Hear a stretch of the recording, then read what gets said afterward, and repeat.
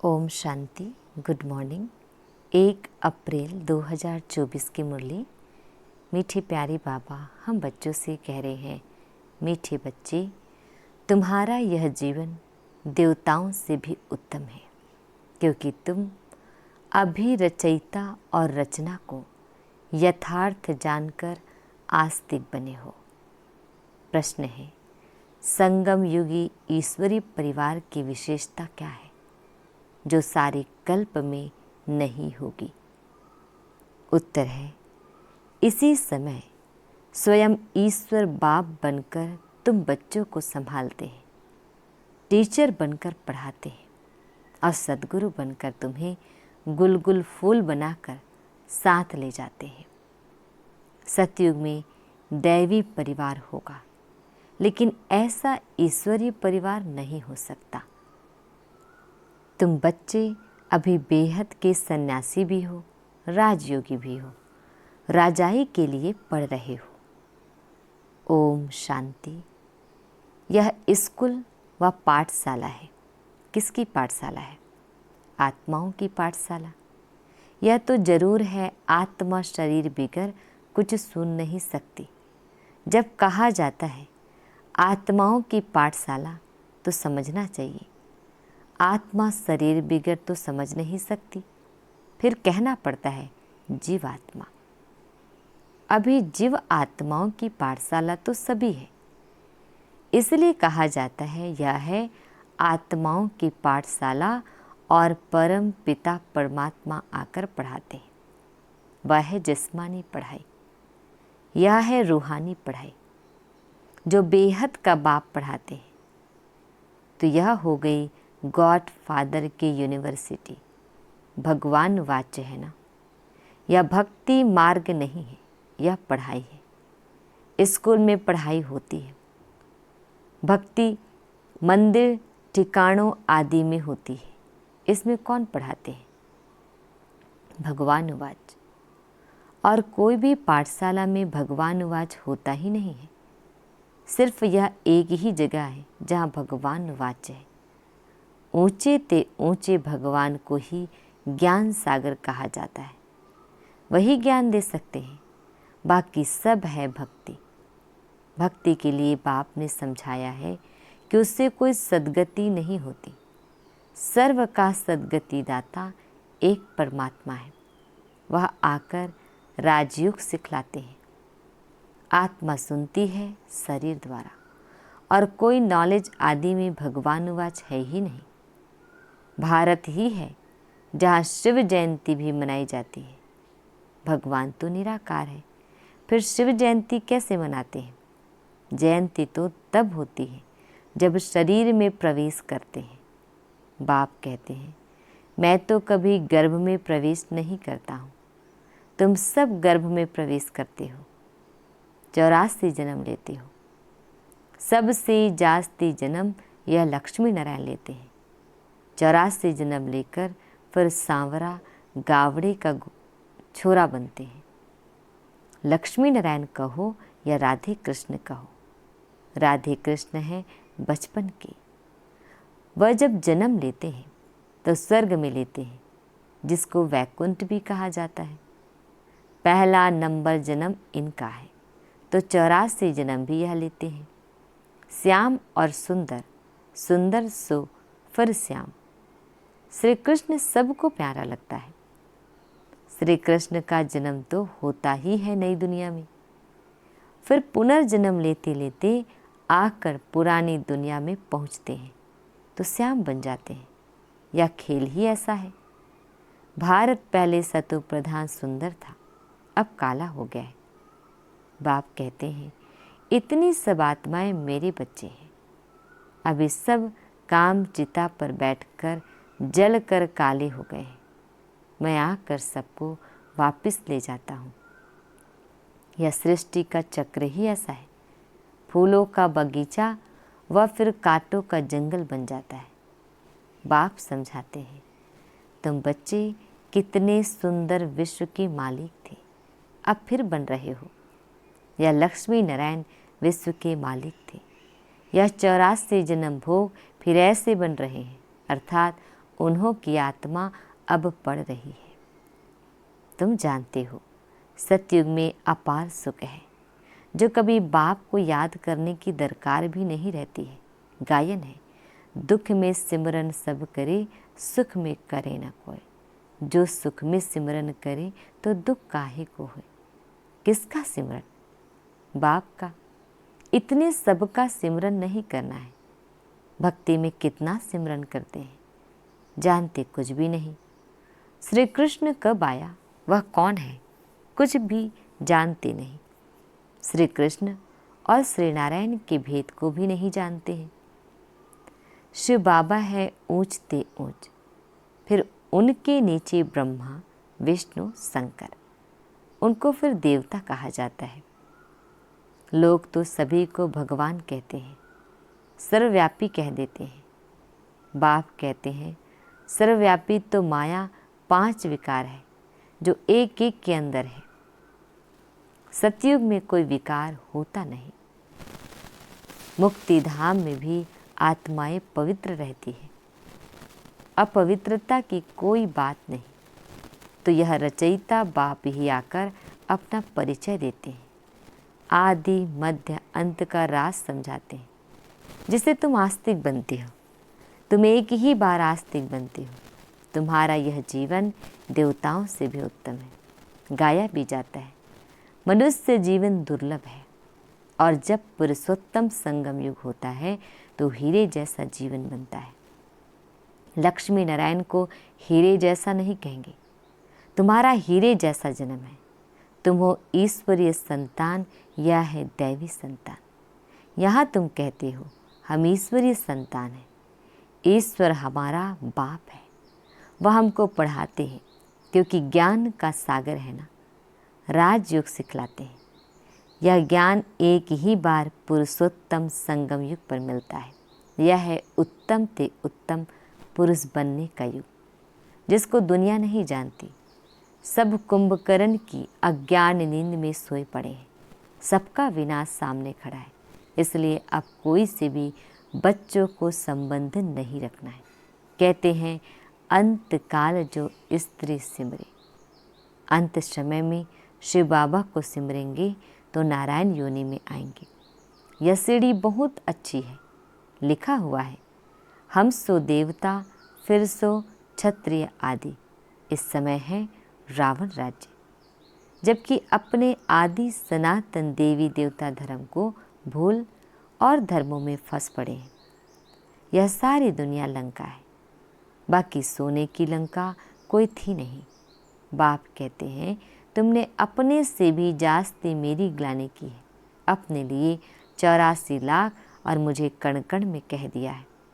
ऐसे अपकारी पर मैं उपकार करता हूँ। बाप कहते हैं तुम्हारा दोष नहीं, यह ड्रामा का खेल है। सतयुग आदि से लेकर कलयुग अंत तक यह खेल है, जो फिरना ही है। इसको सिवाय बाप के कोई समझा न सके। तुम सब ब्रह्मा कुमार कुमारियाँ हो। तुम ब्राह्मण हो, ईश्वरीय संतान। तुम ईश्वरीय परिवार में बैठे हो। सतयुग में होगा दैवी परिवार। इस ईश्वरीय परिवार में बाप तुमको संभालते भी हैं, पढ़ाते भी हैं, फिर गुलगुल बनाकर साथ भी ले जाएंगे। तुम पढ़ते हो मनुष्य से देवता बनने के लिए। ग्रंथ में भी है, मनुष्य से देवता किए करत न लागी वार। इसलिए परमात्मा को जादूगर कहा जाता है। नरक को स्वर्ग बनाना जादू का खेल है ना। स्वर्ग से नरक बनने में 84 जन्म, फिर नरक से स्वर्ग चपटी में अर्थात सेकंड में बनता है। 1 सेकंड में जीवन मुक्ति। मैं आत्मा हूँ। आत्मा को जान लिया, बाप को भी जान लिया। और कोई मनुष्य यह नहीं जानते कि आत्मा क्या है। गुरु अनेक है, सद्गुरु एक है। कहते हैं सद्गुरु अकाल। परम पिता परमात्मा एक ही सद्गुरु है, परंतु गुरु तो ढेर है। निर्विकारी कोई है नहीं, सब विकार से ही जन्म लेते हैं। अभी राजधानी स्थापन हो रही है। तुम सब यहाँ राजाई के लिए पढ़ते हो। राजयोगी हो, बेहद के सन्यासी हो। वह हठ योगी है, हठ के सन्यासी। बाप आकर सभी की सद्गति कर सुखी बनाते हैं। मुझे ही कहते हैं सद्गुरु अकाल मूरत। वहाँ हम घड़ी घड़ी शरीर छोड़ते और लेते नहीं। काल नहीं खाता। तुम्हारी भी आत्मा अविनाशी है, परंतु पतित और पावन बनती है, निर्लेप नहीं है। ड्रामा का राज भी बाप ही समझाते हैं। रचयिता ही रचना के आदि मध्य अंत का राज समझाएंगे ना। ज्ञान का सागर वही एक बाप है। वही तुमको मनुष्य से देवता डबल सिरताज बनाते हैं। तुम्हारा जन्म कौड़ी जैसा था, अब तुम हीरे जैसा बन रहे हो। बाप ने हम सो हम का मंत्र भी समझाया है। वह कह देते आत्मा सो परमात्मा, परमात्मा सो आत्मा, हम सो हम। बाप कहते हैं आत्मा सो परमात्मा कैसे बन सकती है। बाप तुमको समझाते हैं हम आत्मा इस समय तो ब्राह्मण, फिर हम आत्मा ब्राह्मण सो देवता बनेंगे, फिर सो क्षत्रिय बनेंगे, फिर शूद्र सो ब्राह्मण। सबसे ऊंचा जन्म तुम्हारा है। यह है ईश्वरीय घर। तुम किसके पास बैठे हो? माता पिता के पास। सब भाई बहन हैं। बाप आत्माओं को शिक्षा देते हैं। तुम सब हमारे बच्चे हो, वर्षे के हकदार हो। इसलिए परमात्मा बाप से हर एक वर्षा ले सकते हैं। बूढ़े छोटे बड़े सबको हक है बाप से वर्षा लेने का। तो बच्चों को भी यही समझाओ। अपने को आत्मा समझो और बाप को याद करो तो पाप कट जाएंगे। भक्ति मार्ग वाले इन बातों को कुछ भी समझेंगे नहीं। अच्छा, मीठे मीठे शिकिल दे बच्चों प्रति माता पिता बाप दादा का याद प्यार और गुड मॉर्निंग। रूहानी बाप की रूहानी बच्चों को नमस्ते। हम रूहानी बच्चों की रूहानी माता पिता बाप दादा जी को याद प्यार गुड मॉर्निंग और नमस्ते नमस्ते नमस्ते। शुक्रिया मीठे प्यारे बाबा, आपका लाख लाख शुक्रिया। रात्रि क्लास। बच्चे बाप को पहचानते भी हैं, समझते भी हैं कि बाप पढ़ा रहे हैं। उनसे बेहद का वर्षा मिलना है, परंतु मुश्किलात यह है जो माया भुला देती है, कोई ना कोई विघन डाल देती है जिससे बच्चे डर जाए। उसमें भी पहले नंबर में विकार में गिरते हैं। आंखें धोखा देती है। आंखें कोई निकालने की बात नहीं। बाप ज्ञान का नेत्र देते हैं। ज्ञान और अज्ञान की लड़ाई चलती है। ज्ञान है बाप, अज्ञान है माया। इनकी लड़ाई बहुत तीखी है। गिरते हैं तो समझ में नहीं आता, फिर समझते हैं मैं गिरा हुआ हूँ, मैंने अपना बहुत अकल्याण किया है। माया ने एक बार हराया तो फिर चढ़ना मुश्किल हो जाता है। बहुत बच्चे कहते हैं हम ध्यान में जाते, परंतु उसमें भी माया प्रवेश हो जाती है। पता भी नहीं पड़ता है। माया चोरी कराएगी, झूठ बुलवाएगी। माया क्या नहीं कराती है, बात मत पूछो। गंदा बना देती है। गुलगुल बनते बनते फिर छीछी बन जाते हैं। माया ऐसे ज़बरदस्त है जो घड़ी घड़ी गिरा देती है। बच्चे कहते हैं बाबा हम घड़ी घड़ी भूल जाते हैं। तदबीर कराने वाला तो एक ही बाप है, परंतु किसकी तकदीर में नहीं है, तो तदबीर भी कर नहीं सकते। इसमें कोई की पास खातरी भी नहीं हो सकती। ना एक्स्ट्रा पढ़ाते हैं, उस पढ़ाई में तो एक्स्ट्रा पढ़ने लिए टीचर को बुलाते हैं। यह तो तकदीर बनाने लिए सभी को एक रस पढ़ाते हैं। एक एक को अलग कहाँ तक पढ़ाएंगे। कितने ढेर बच्चे हैं।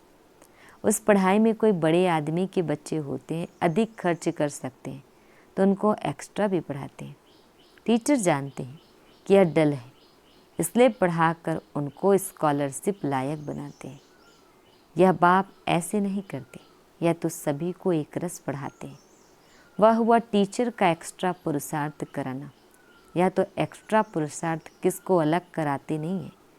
एक्स्ट्रा पुरुषार्थ माना ही टीचर कुछ कृपा करते हैं, बलैस से पैसे लेते हैं।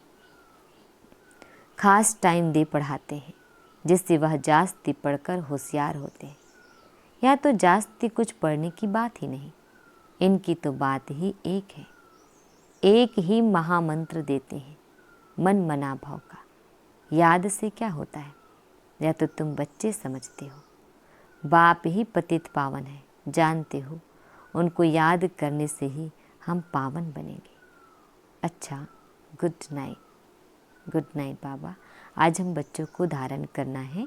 फर्स्ट पॉइंट है, सारी दुनिया अब कब्र दाखिल होनी है, विनाश सामने है, इसलिए कोई से भी संबंध नहीं रखना है।